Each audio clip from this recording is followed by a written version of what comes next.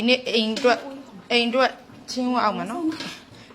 အိမ်အတွက်ဒီနေ့ခရမ်းညင်လေးနဲ့ငရမ်းကြောက်နဲ့ချက်တယ်စီနေသွားတယ်ကဲစီလဲနေသွားတယ်အရေးလဲနေသွားတယ်ဒါငရမ်းကြောက်ဒါ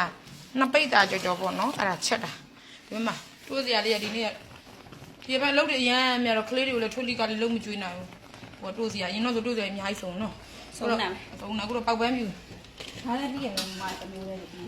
ပေါက်ပန်းပြူလေးပဲပြုတ်နိုင်တော့တယ်ပေါက်ပန်းပြုတ်လေးနဲ့ငရမ်းကြောက်နဲ့သူကစားကျင်တယ်ဒီမှာ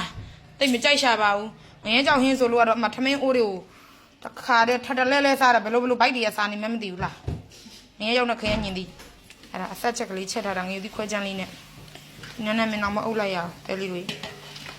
ဒါဒီမှာငရမ်းကြောက်နဲ့ခရမ်းညင်သည်ဒါနေ့ကြိုင်နေစီလေးနဲ့တစ်ခေါက်ပြန်ချက်အောင်ဒါနောက်နေ့တို့ထမင်းညနေပါထားလို့ရအောင်နော်ချက်ကလေးလေဟိုဟာစီလေးပြန်နေရဒီနေ့စီနေဝိုင်ငါထည့်